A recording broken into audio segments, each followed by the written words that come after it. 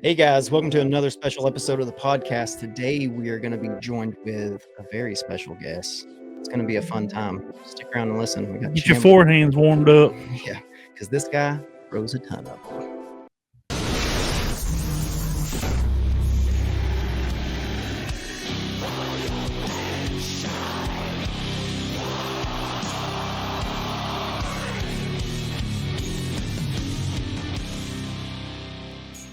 Hey everybody, welcome to another special episode of the podcast. Today we are joined with a very special guest, Chandler Kramer, everybody.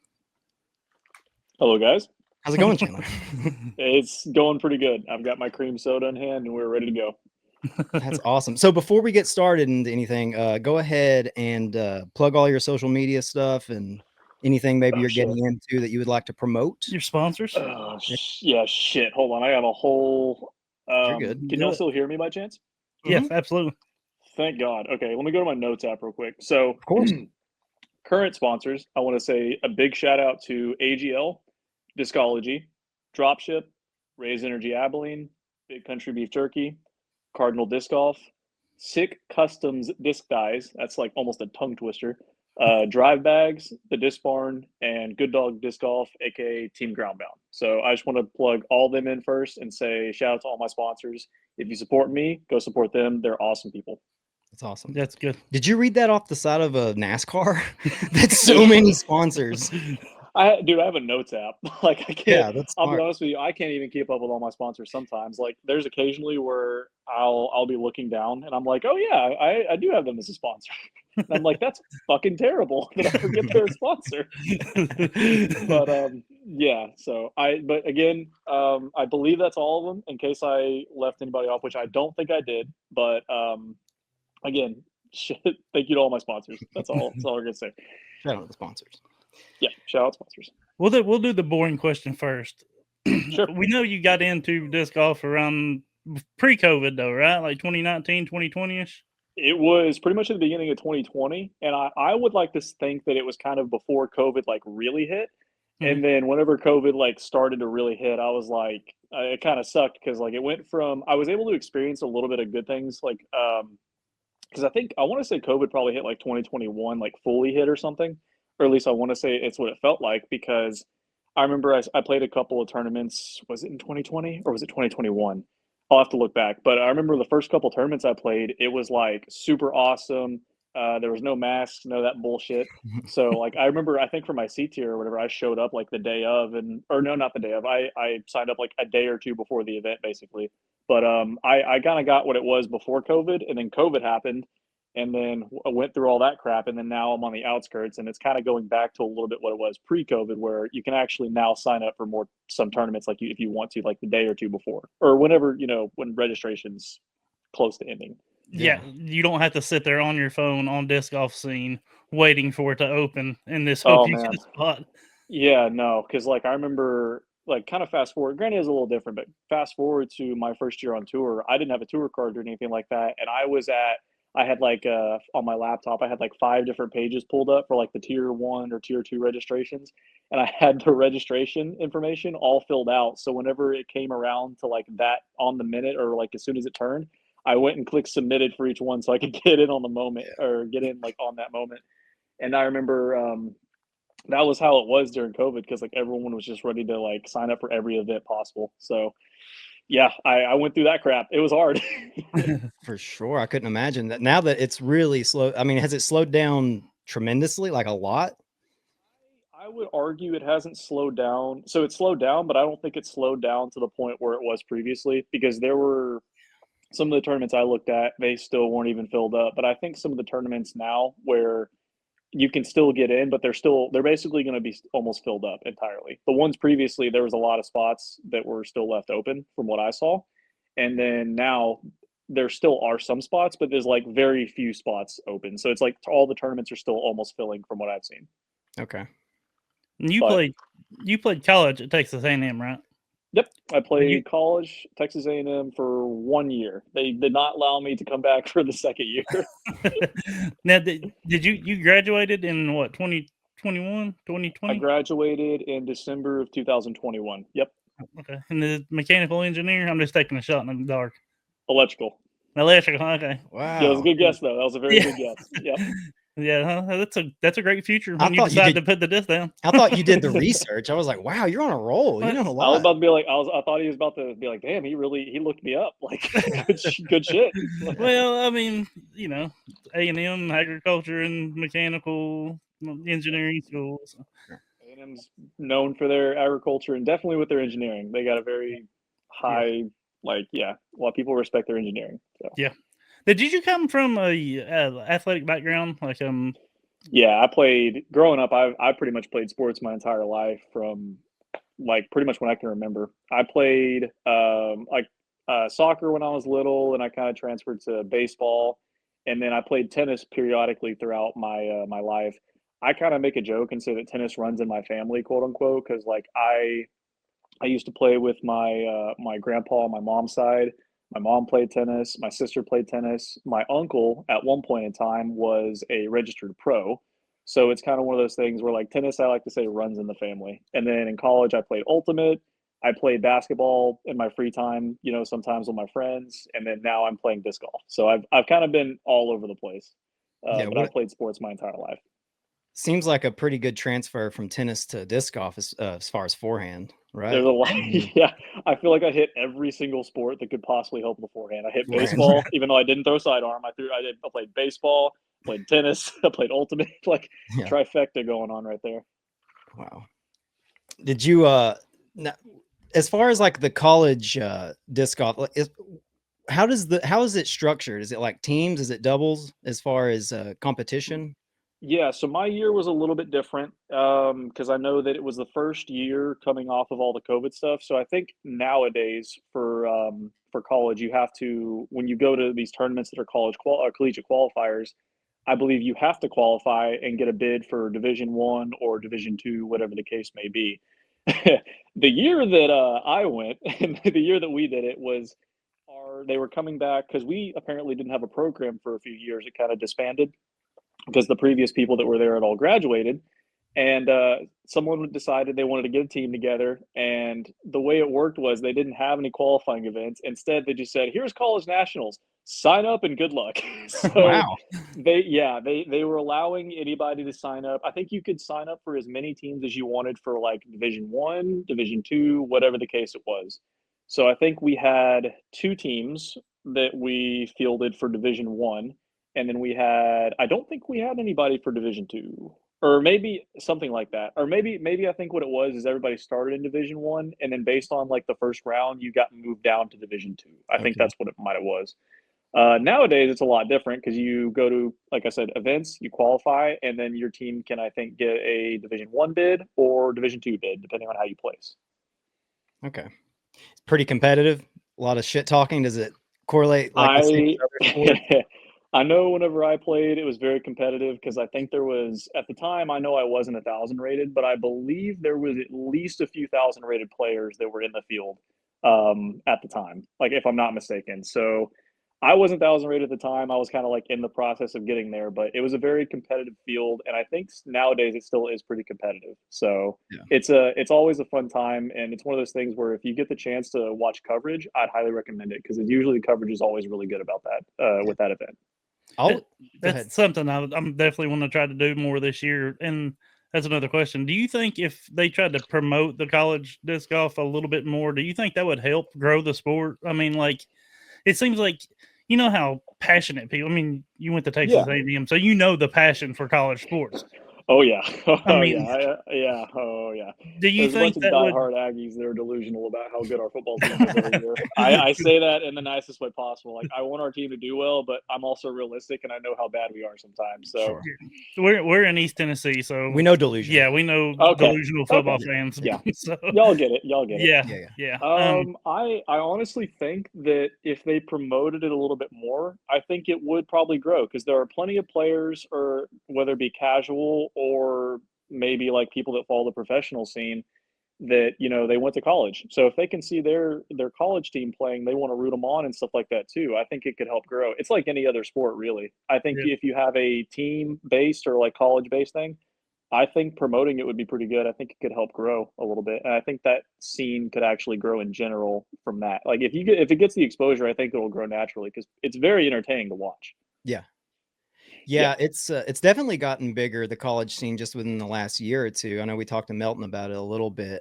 Yeah, I'm with Gibbs. I'm very that's just more content for me to watch, you know. So Yep. I'm really stoked if the college scene kind of takes off and we get to see more of that. Oh yeah, I think they're having college nationals this year in Winthrop. They're bringing it back to Winthrop, so that'll be really cool. Sick. The the year that I went, they moved it from Winthrop to North Cove. So I was able to play at North Cove, and it was really cool venue. So yeah, that's a tough track. It was a tough track. Singles wise, it at the time it was a pretty tough track. Doubles, me and my partner, shout out to T, we shredded boulders. It was we shredded that course in our doubles match. Hell so yeah. I think we shot 17 down, had the chance to shoot 18 down, Jeez. and we both messed up about 150-foot upshot. No, Really? For the perfect circle. It was bad. Yeah, we definitely should have shot an 18 down, but we both had the worst brain fart you could possibly have. It was bad. So yeah, fucking nerves got you. Oh, hardcore. Yeah, I was like, well, my dumbass. So okay, get this. I like throw my drive, and then so T throws his drive, and then it's like somewhere out there, and I was like, okay, that's pretty good. I throw mine, and as soon as I throw mine, he's like, we're taking yours. We get up there, like I said, real close, like 150 feet out. And it's like slightly uphill. And if you've seen the basket, it's also elevated on this like massive ass pole, right? T throws his shot and he goes, oh, I'm so sorry, like I messed it up or whatever. And I was like, oh, don't worry, I got it. I'm gonna jump putt it. And my dumbass jump putts it into a headwind to like 40 feet, and then we both just missed the putt. And I was like, I'm an idiot. Like, yeah. I'm just an absolute idiot. Yeah. So me and Gibbs are on doubles teams every now and then, and we show the same anger with each other as we do on ourselves. So we're both like, how can both of us fuck this up? One of us needs to do this. That's such a simple putt or simple upshot. Yeah, I totally get that. Yeah. Oh man.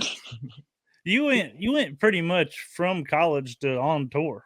Then, yep, I did. Right? I graduated, and like I said, into 2021, and then I got approached from a sponsor at the time, and then they were like, "Hey, do you have any ambitions?" Or like, "What is your ambition?" I said, "If it was possible to go on tour, I would love to do that." And so they were like, "We can make that happen, or we can help with that." So then 2022 rolls around, and I try to sign up for as many events as I could, and I did. At the time, I just had reached 1,000 rated on the update, so I was able to get into, at the time, I think the first registration tier, which was huge because nowadays it's very important to get in that first registration if you don't already have a tour card. But I was able to get into every single event that year on tour. I don't think there was a single event that I didn't get into. And I was also sitting there after I'd already signed up for a couple of them, and I was like, hey, look, they don't have it. I was like, this one event over in Europe, the European Open. I was like, they have open registration for this. And then I called my sponsor and I was like, should I do this? And they were like, do you want to? And I was like, hell yeah.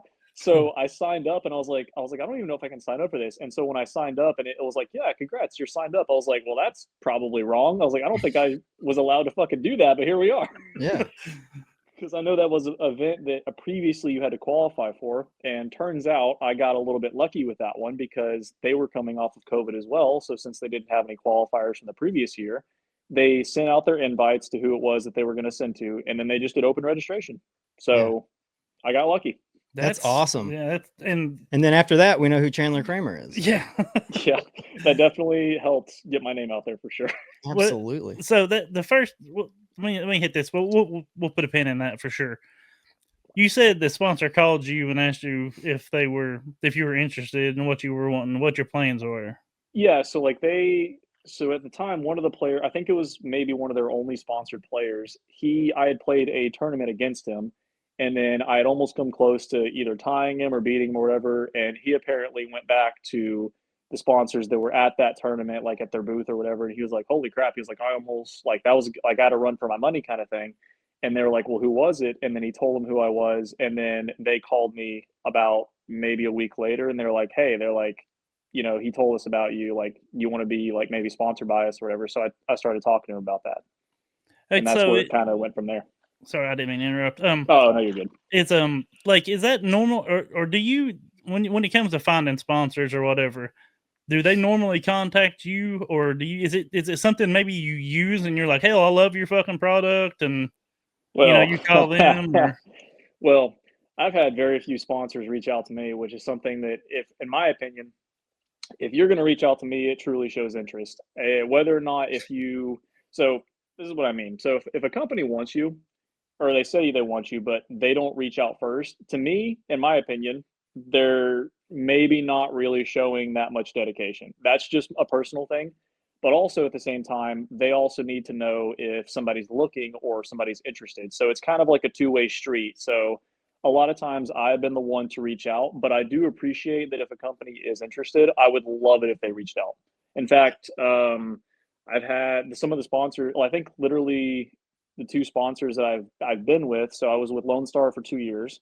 They reached out originally, and then I was with AGL for the remainder of this past year, or really all last year, and they reached out to me. So it was one of those things where since they reached out, it was one of those things where they reached out to me. But I previously had sent a lot of messages to other sponsors, and I only received one message back, and it was basically saying, "Hey, sorry, but improve your rating." So Right. everybody else, I didn't even get a response from. So yeah. And you can only imagine too, with they're kind of tightening the belt nowadays, Yeah.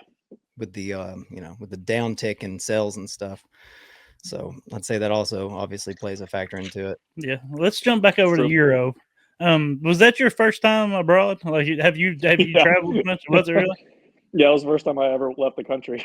So Jeez. that was funny because like I signed up for those events because I think the year I signed up for PCS Sula, and then I actually signed up for European Open first, and then I think I went back and signed up for PCS Sula because I was like, if I'm over there for one event, screw it, might as well do two.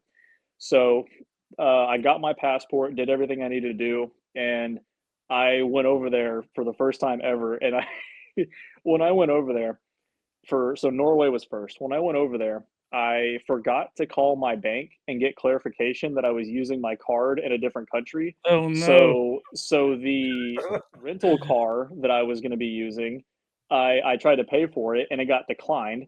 So I ended up not getting a rental car, and then I also didn't have a place to stay. But the tournament director, he told me, because there was a ton of different players from all different countries, they had a low budget lodging thing that was called. So He took you to a hostel.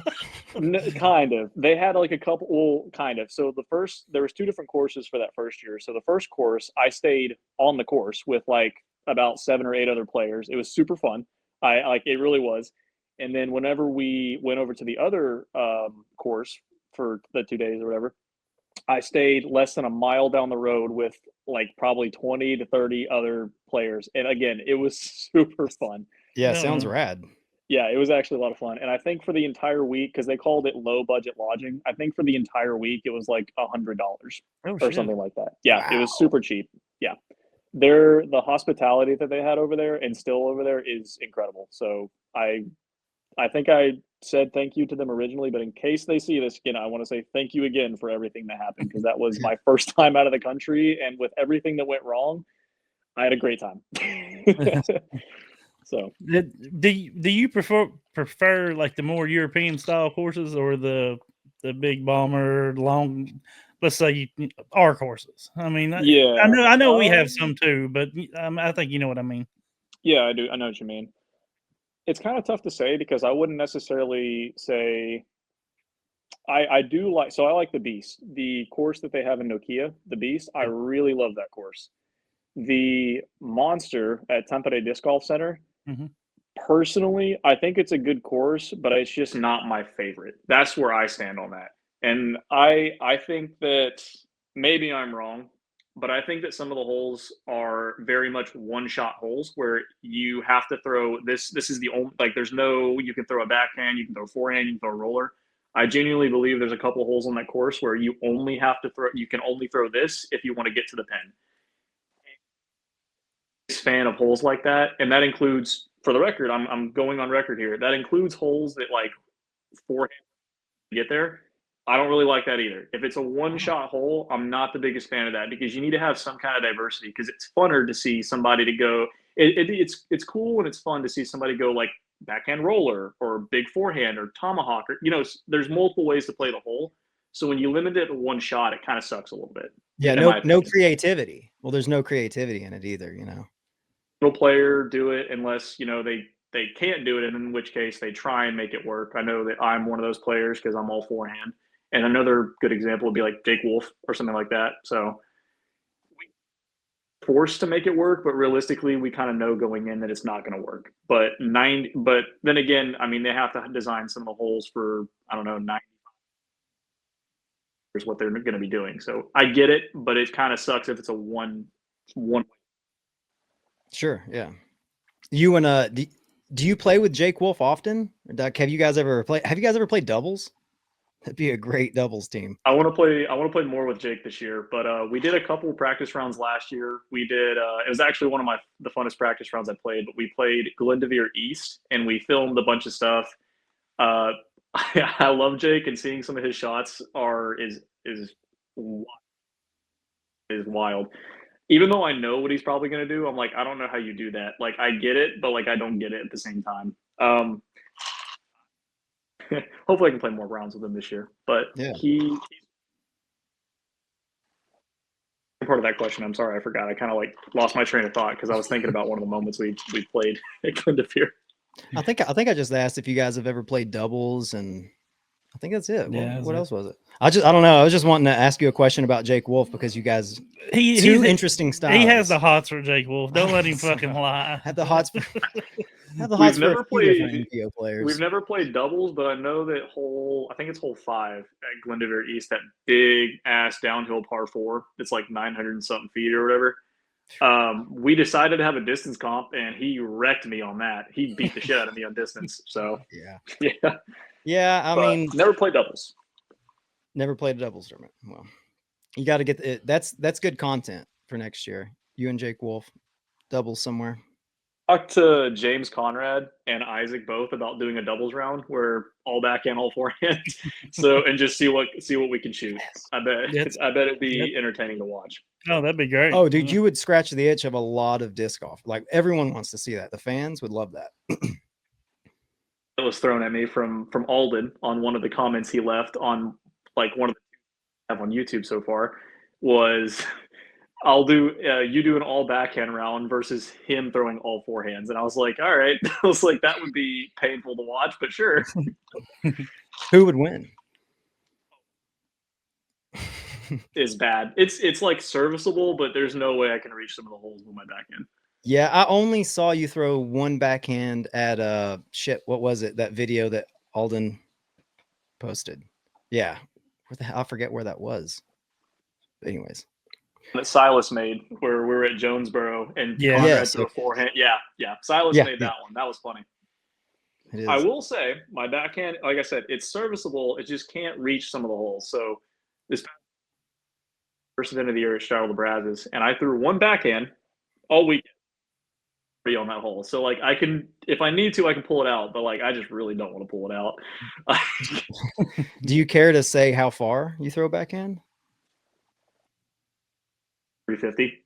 I mean, it's really nothing special. The thing that I've been working on the most is accuracy. I know that if I can get 300 feet of accuracy or 350 with like really pinpoint accuracy, pinpoints like within 30 feet, circle one thing, I'd be a good start, because then I can slowly build up my distance as time goes on with just repetition and, building.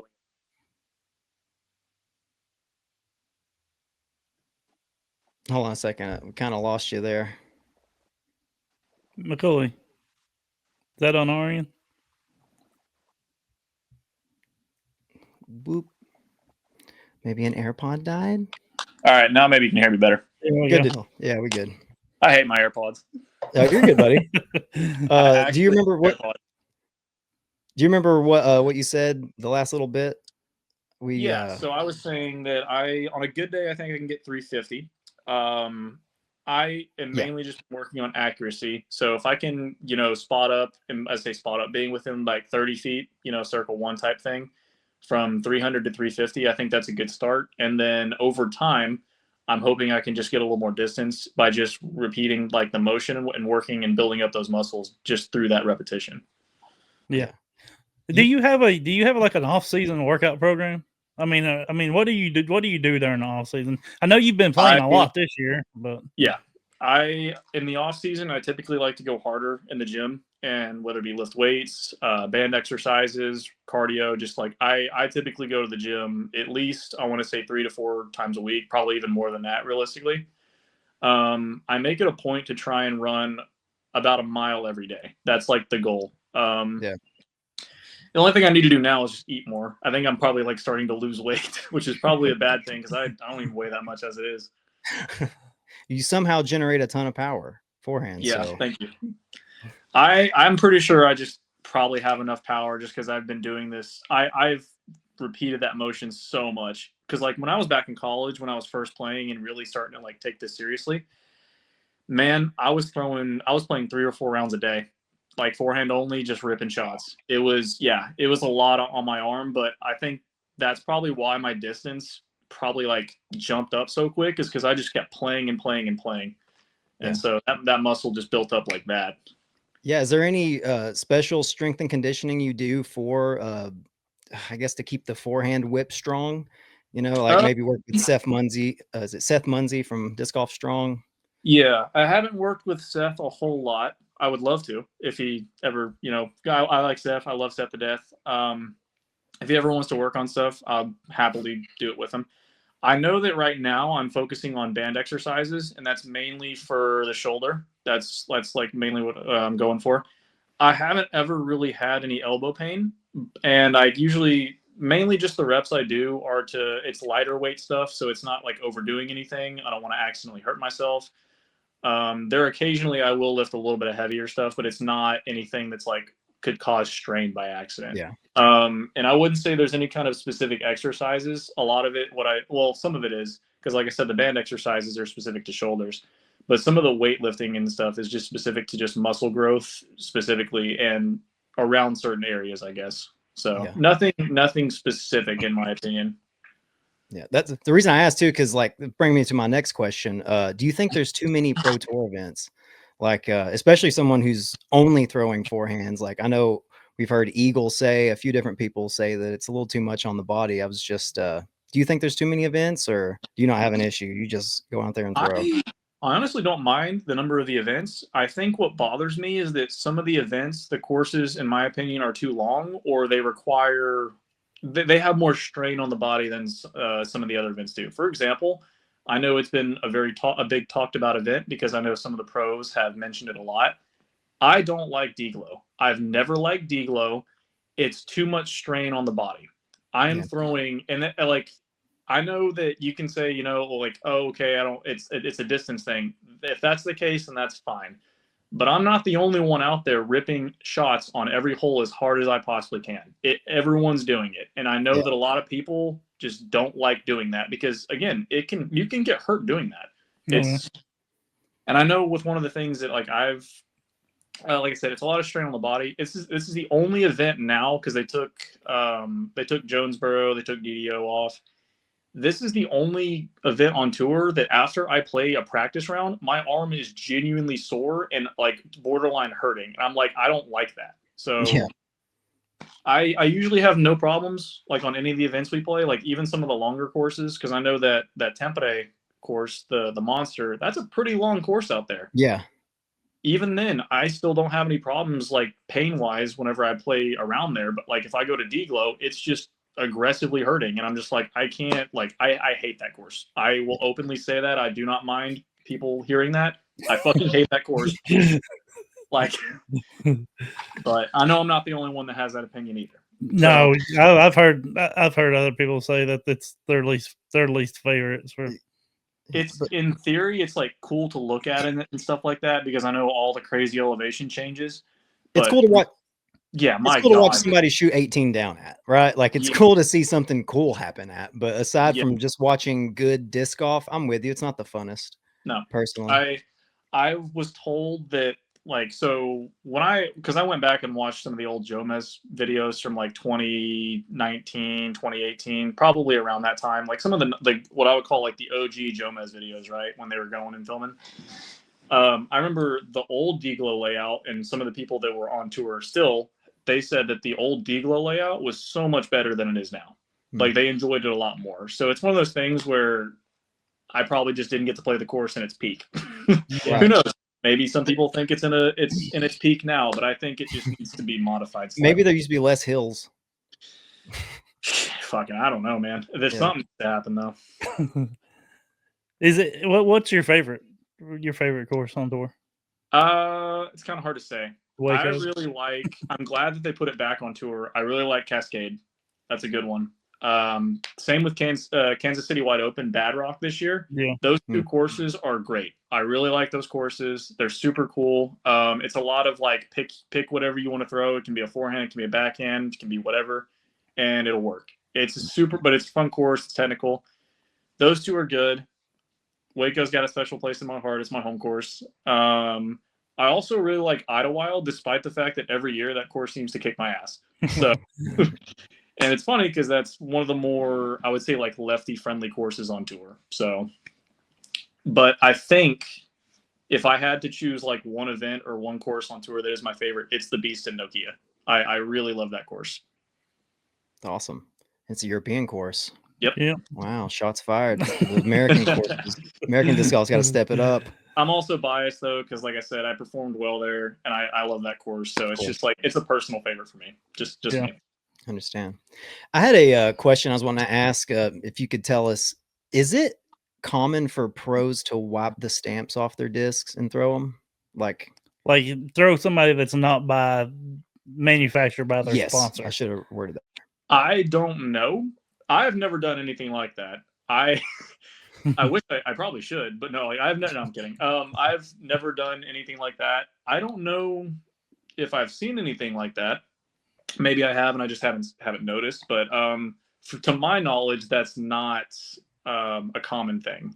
Right. I don't know. Maybe again, I could be oblivious. It's just something I haven't really paid attention to that, so I couldn't tell you yes or no. But from my naivety, I don't know. I hope that's a word.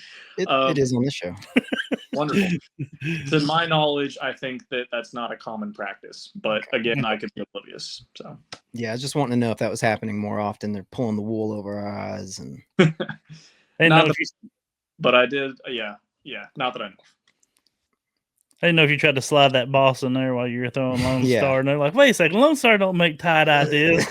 This is an eye-dye frisbee. I know what end of his eye-dye looks like. No. That'd be great though. That'd be great. How tough is tour? Like not playing, like just living on tour. Like there's a lot of I'll say a lot of downtime. I don't know. It's kind of hard to explain because like the travel from each event to the other it seems like you're always on the go, regardless if you're at the event or traveling between events or whatever. It feels like you're always on the go. It's pretty hard a little bit to some aspect. It's because it's a long time that we're out there on the road. I mean, I don't really take breaks and I don't ever really go home. I do like the full tour, so I go to the West Coast and everything like that. It's a long time without seeing family and friends back home, so it's kind of hard in some aspects. Physically, it is because you're playing basically every day, whether you like it or not. You pretty much want to play every day. I'm going to be allowing myself to have days off this year because I just can't play every day. There's no way, man. I'm not doing that anymore. But it's hard a little bit mentally sometimes because, like I said, you can kind of get homesick depending on how things are. Emotionally, same way. It's pretty strenuous in the long run, but short-term wise, it's not too bad if you just kind of sit there and focus on, one day at a time or one event at a time. But the bigger picture, it kind of eats at you over time. Yeah, I can imagine. I was wondering, like, because you did hear a lot of pros like talk about how some of them thought that the season was too long, maybe too many stops. And then they throw this, the Go Throw tour in on the bye, pretty much your off weeks. Yep. So I wondered, are people going to skip those go throw? Because I hope not, because I'm excited about it. But It's for that one hard. golf, you know. Yeah, it's hard to say. I know personally, I'm probably going to try and play as many of the go throw events as I can since they're in the off weeks. Because I typically try and put my off weeks, I try to schedule some kind of A tier. Or in this case, since I think these events are going to be unsanctioned, I'll just play those as well. But I try and, because if I'm going from, if there's an off week in between events, I typically like to schedule something that's on the way, whether it be an A tier or usually an A tier. I don't play anything else besides A tiers, it feels like, on tour. So I will probably play the go throw events. As far as other people doing it, I'm sure you'll see some pros do it. I'm sure others will probably be like, let's not do that. Let's just take the rest and take the off week and move on. So as far as how many will do it, I'm not sure. But I believe there will be some players for sure at the go throw events. Probably like me, as many as they can. So I think there's like what, 5 or 6 of go throw events this year. Is that how many there is roughly? I think there's 6. Yeah. Yeah. I imagine there's probably going to be a few players, including me, who's going to try and play every event if they can. Awesome. Yeah. Are disc golf groupies real? Like, is there women out there? We're going to ask this to every touring professional until we get the answer we want. Well, okay. What was the question again? Like the idea of disc golf groupies, or like women that tend to fare to the disc golf, or men. Or, I mean, yeah. I mean, whatever. I don't know. I don't know. If anyone would know, it should be you, the guy that's a pro in the scene. So no, there's not, and that sucks. I was gonna say I'm gonna go with no, because I really don't think there's really anything like that. I could be wrong, but like, I don't know. I don't think there is. I always wondered that, especially back in the Climo days. Like, we talk about it on this show. It's kind of a running joke, but like the fact that King Climo used to pull a lot of, back in the 90s. But then it's like the idea that, wait, he was a professional. I mean, he was probably making like $40K a year or something. Like, no, he didn't. There's no way. How else did his ears get stretched out that way? That's fair. Oh my God. Holy shit. All right, so no disc golf groupies. Not that I know of. Because the only really people that you see regularly on tour are players from the MPO and FPO side. There's not anybody else, I would say, that like hangs out that's not a player. Is there cliques in the scene, like when you're traveling? Is it like one click over here, one click over there? Kind of. Groupies hang with this click. I'd say kind of. For the most part, everyone's pretty friendly with one another, but there's definitely people that hang out with, like, people have their friend groups for sure, but for the most part, I've seen everybody's very friendly with one another. So it's one of those things where, like, if you interact with somebody, it's a regular thing. Like, everyone's friendly with each other, but there's definitely, I wouldn't necessarily call it like a clique, but everyone has their own groups of friends, like their own friend groups and stuff like that. So yeah, I think there are for sure on the tour. Yeah, just to really to reinforce that even at the professional level, disc golfers tend to be pretty chill, huh? For the most part, yeah. There's very few people, I think I would say almost none, that off the course they're super cool. Everyone's super cool off the course. I can't really name anybody that's like that comes to mind where it's like you don't want to talk to them off the course or anything like that. Like, everyone is very, like, you can approach them and have a conversation with them. Yeah. Every single pro I've met has been really cool. Yeah. I haven't met one yet and been like, oh man, he was a dick. Yeah. I have, but not enough to say on this in front of you and everyone else. Fair enough. Let's see, what was my next question going to be? Damn it. I know one. Go ahead. You ask yours. I'm not. I feel like I'm trying to get dirt, but I'm really not. Like, what's the shadiest shit? Not on tour. I'm just talking about in disc golf. Like, what's the shadiest thing you ever seen somebody run off with an ace pot or right? Cheat, like blatantly cheat for a CTP or. I bet there's been some shady stuff go on in Texas. So I don't think I'd have to like really think about it, but I don't think I've personally have witnessed anything. However, I have heard stories from just a bunch of different people on certain things that have happened, whether it be like a local Texas event or on tour, like one round, like one hole, something happened here. I've heard a bunch of stuff.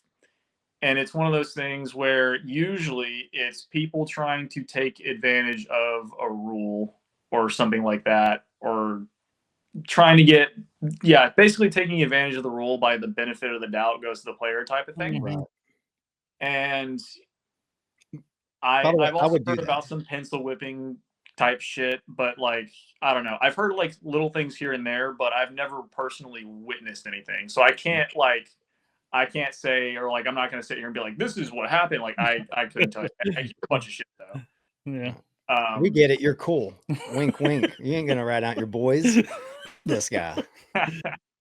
No, I say one of the interesting things that I saw. I don't care. I have my opinion on this, and I know they can say what they want about it being like in the moment. It's really hard, but if you remember, no, that'll get me in trouble. I don't care. So y'all remember when throw pink happened, and somebody, like, it was hole 18, and they crossed it back, but they gave him the spot. Yeah.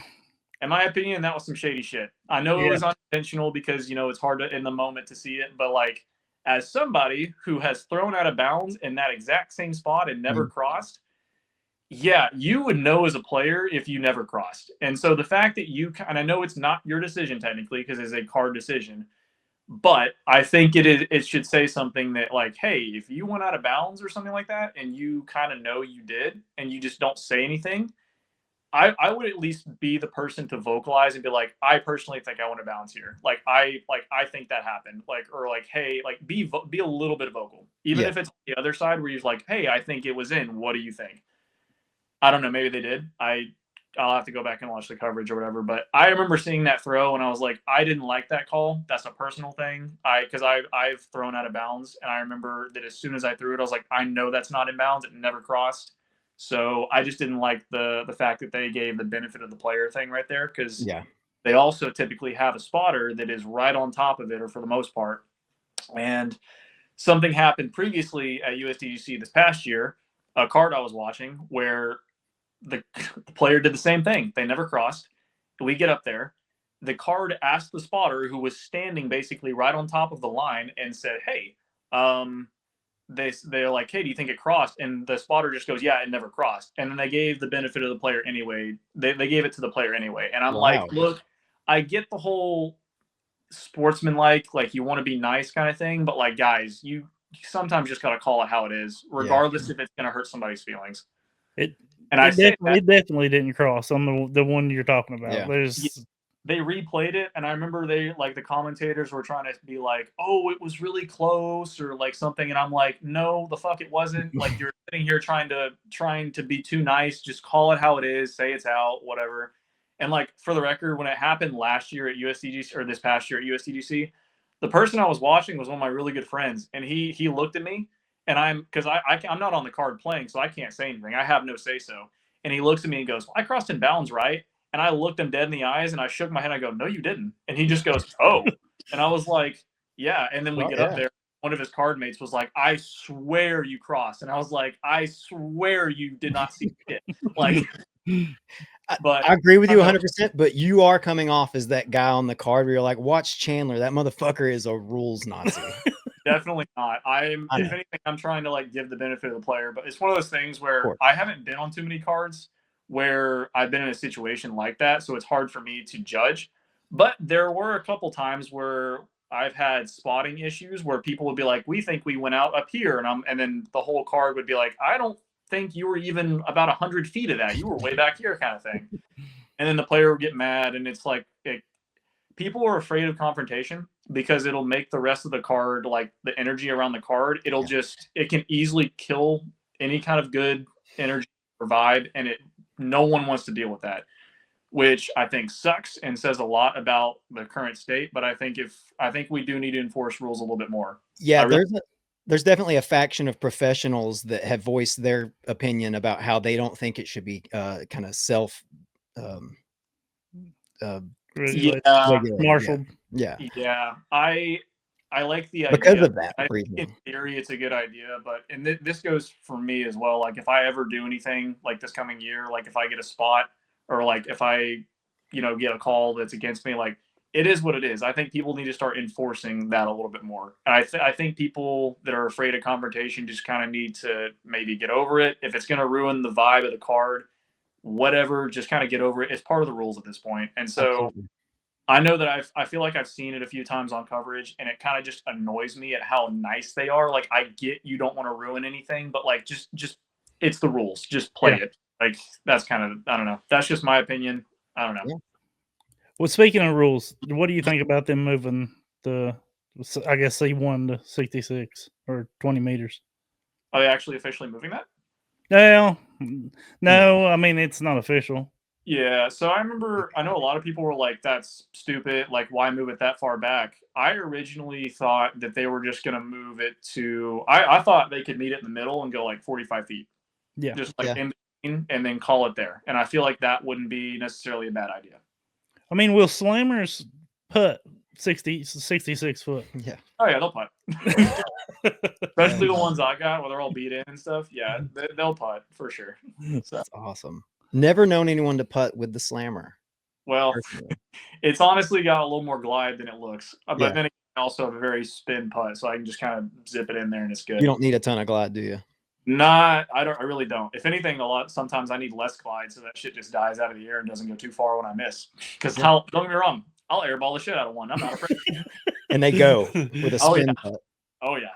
But I will say, just like almost like not even like teasing anything, but I will be with a company in 2025, full bag with them. Haven't announced it yet, but slammers are out of the bag, and I have no bosses in my bag either. So just right now would be a perfect time to announce it. I know. Since I haven't officially signed a contract yet, I will not announce anything. But I will say that I've been throwing their discs for 2 months, and I won my first ever A tier throwing strictly this company, which is crazy because I'm a big boss guy. Everybody that's kind of known me or seen me play in the past knows that I almost always have a boss in the bag. Well, I didn't have a boss, and I won my first A tier, and I was like, well, shit. I guess I don't need it. I was like, yeah. But then again, like I kind of knew that once I was throwing some of the stuff, I was like, I don't need the boss. And that's the first time I think in my entire career that I had thought that. So it's a good place right now. Yeah, that's awesome. That's awesome. Yep. You feeling pretty optimistic about the 2025 season? I know you made a post New Year's Eve saying that the last couple of months have been a complete 180 compared to the 2024 season, and that you're feeling great, optimistic. Yeah. Oh yeah. This season's going to be really good. I don't know. We're going to find out how good, but it's going to be really good. I have a lot of confidence in what I'm throwing right now. My putting is at a very good level. I think my putting felt really good last year, but I'm at a place now, honestly, that I think it's even better than that. I'm very rarely missing circle one putts, and when I am, I'm hitting metal. I don't think I've airballed a putt. Oh hell, I got to knock on some wood. I don't think I've airballed a putt in probably like a month or two. It's maybe even longer. Like it's been really nice. Let's just say that. So yeah, I'll never be able to say that. Yeah. That's crazy. Yeah. No, I went through last year was a very rough year for me. Off the course, dealing with stuff in my personal life, it was the worst year I've ever had since I've been alive. And I'm not afraid to say that. That's just how it was. Shit happens is a nice way to say it. But when I got home and was able to see my friends, my family, get my mind right, because honestly, I've been, even as much working out as and stuff I've been doing to like physically get ready for the season, I have worked on my mental game by just honestly not giving a shit about a lot of stuff. And so I'm at probably one of the best places I've ever been mentally on the course and in life in general. So good. Yeah. When I say it was a 180, that shit, if it was possible to do a 360, it was a 360. But I mean, no, I'm back to where I started. God damn it! Exactly. Complete 180. Yeah, that's awesome, man. That's really good. We're all about some mental health on this podcast. Sure. Oh yeah, yeah. It was a rough one last year, but it is what it is. Battled through. Yeah. Care to extrapolate as to why? No, I'm just kidding. Yeah. Do you want to do definitely not getting into that. But the only thing I'll say is that most of what I went through as far as like what I dealt with, it was very little to do with disc golf. But the unfortunate thing is everything that I was going through, it bled over into my game. So, I mean, they kind of correlate. I'm on the road playing, so it's like I can't really avoid playing disc golf. I can't just like take off the event ever to work on it. So I had to work through it.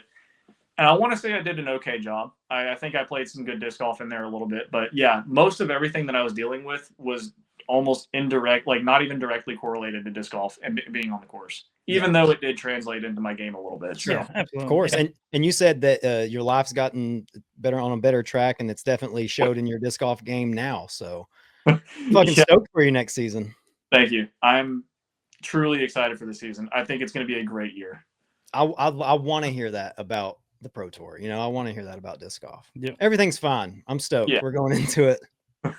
I feel like the Pro Tour and like professional disc golf like this year, I think it's actually going to be really good. I think for everybody. I have this weird feeling. I thought about it like towards the end of December, like going into the year. I was like, I think this is going to be a pretty good year for most everybody. I could be wrong, but I just got a weird like feeling, you know, kind of like a gut feeling thing. Yeah. So yeah, I like to hear it. But you're doing a full tour, right? You're not going to miss any. No, okay. There's 2 weddings I have to go to. Okay, I love my friends to death, but there's 2 weddings I have to go to, and the weekends that I'm having to go to the weddings, one of them was already planned. It was Portland, so I'm not going to be at the Elite Plus that's in Portland. I'm going to Raven Newsom's wedding, so I'll be a groomsman in his wedding. Cool. The other one, my best friend from college, my roommate from college, he talked to me originally and was like, hey, you know, like we're scheduling our wedding. He was like, I know it'll probably be around this time. And I'm like, okay. I was like, well, if it's this weekend, just so happens I have an off week. He goes, okay, well, let me see, like, you know, when we're trying to schedule it. And I got a message from him like a week later. He goes, hey, so we're scheduling the venue and stuff for this weekend. I said, oh, okay. And I went and looked. He goes, and before it, like I saw he messaged me again, but before I did that, I went and looked, and it's the same weekend as Ledgestone. Oh, I will be missing 2 Elite Pluses next year. Damn. Dude. Not gonna lie, that fucking hurts. But yeah, absolutely. And Ledgestone's huge. Yeah, I love my friends though. I would not miss either of the weddings for anything. So. No, that's the right thing to do for sure. You should have told them to schedule it during D-Glow. Yeah, fuck that place. God, I should have. Yeah. Used to not play that one. No, I'm kidding. Or DDO for that matter. What, DDO? Yeah. No. But I should be doing the full tour, and I think I'm actually going to be playing.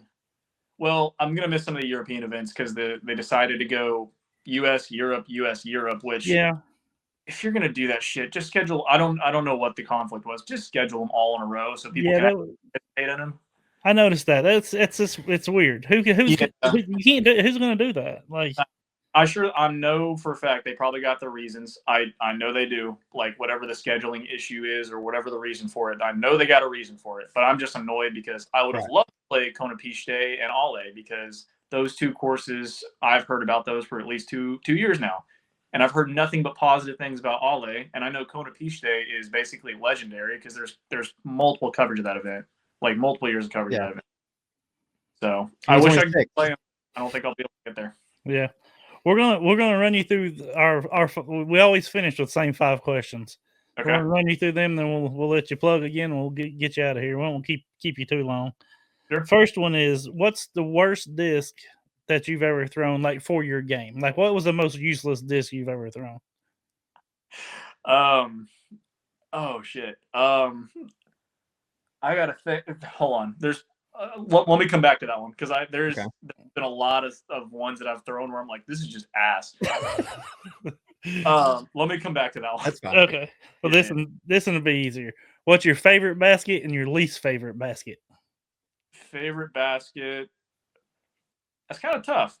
I always like to. Oh no, that's easy actually. Favorite basket, Mach X's. Mach X's are, I think, the best ones we play on tour. There's probably better baskets out there, to be honest with you, but Mach X's, like on tour, are, in my opinion, the best. I love them to death. Every time I get genuinely excited when we play on Mach X's. I'm like, these are great. And then the least favorite basket, right? Is that the question? Yeah. That's like well, I have had a personal grudge against veterans since I've started playing. Those baskets. are so ass. Like, maybe it's my putting style. Okay, this is what bothers me, because there's a local course that has veterans, and they're older veterans. And I remember someone go, and one of the tournaments, they installed new ones, and they were like, "Well, the baskets will be better once they beat in." And I was like, "That's not how a basket should fucking work." I was Once it like, gets beat in. "Yeah," I was like, "That makes no sense." The only other basket, unfortunately, that I think is not that good, and I've had multiple rounds on them because I'm here in Waco, is the Prodigy baskets. Yeah. I honestly used to think they weren't that bad, and then after seeing, and myself personally, like after seeing them and dealing with them myself, there's been a lot of spit outs that I'm like, I think on most other baskets, like specifically chain stars and disc catchers, those probably would have caught, but those cross chains are just going to push everything out. And so if they're pushing your spinny ass putts out, fuck Prodigy baskets. I don't know. The two that I don't like are Prodigy and Veterans, but like if I had to pick one, I do not like Veterans. I've never liked them. I'd say that's the two the answers you're going to get most of the time whenever Yeah. you ask somebody that's played on them. Yeah, is it the stainless steel chains? Yeah, so the new I will give Veterans? credit is due. The new galvanized chains that they have for like the DD ones are way better than the stainless steels. The stainless steel ones were like when you would throw a putt in them, they would ragdoll like they were plastic chains from Walmart. Like it was horrible. And like there, because I remember, I think, well, it was either Veterans or the Patriots or whatever it was, but whenever they had Texas State's at Lindsay Park, when they played the Thorn, I remember seeing people that were putting from, like I said, 5-10 feet. They would touch a single chain whenever they were putting, and they would just go flailing everywhere. And I'm like, and they would almost spit directly through. And I'm like, you can't call this a good basket. It's so bad. But I will say that the galvanized chains, because they fixed some of them, and like we played on them this past year. Those are a lot better. There are still some spit outs that are extremely questionable, but they're better for sure. Okay. You kind of touched on this, and you might already have answered this one. What's your favorite course? Are you sticking with the Beast? Is that your favorite course you've ever played? Favorite course I've ever played is probably Harmony Bends. If not, it's Harmony Bends is great. The other one that I really, really liked before they remodeled it or designed it was Roy G in Austin. Okay. That when they had the NADGT at that course. Oh, that course is beautiful. But I really like Harmony Bends. That's probably my favorite course I've ever played. Personally. Yeah. Awesome. All right. Music or no music? Like, do you AirPod it? I can't seem. I don't know. I can't seem to play with music in during practice rounds. It's different, but during tournament, I don't know. I can't do it during tournament. Practice rounds, though, I'll occasionally, if I'm playing a solo round, I'll jam out all day. Okay. Yeah. Well, suggest something. Something that's on your playlist.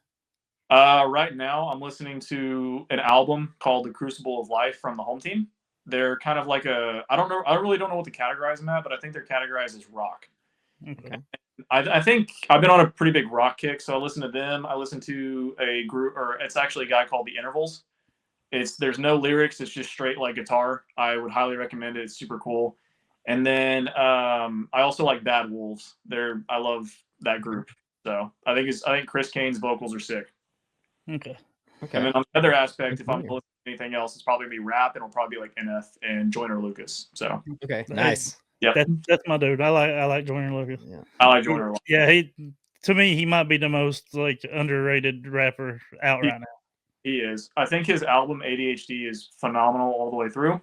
Yeah. And his new one, Evolution, was also pretty good too. But some of those are like less repeatable, but when you listen all the way through, it's a great album.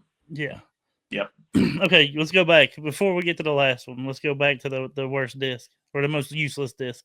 Most useless disc probably was okay. I can't talk too much crap about it because it was my roller disc for the longest time. But like the Crank SS, when I first got it, was the most useless disc I've ever seen in my life. And then I figured out I can roll it, and then it was the most important disc in my bag. Right. Yeah.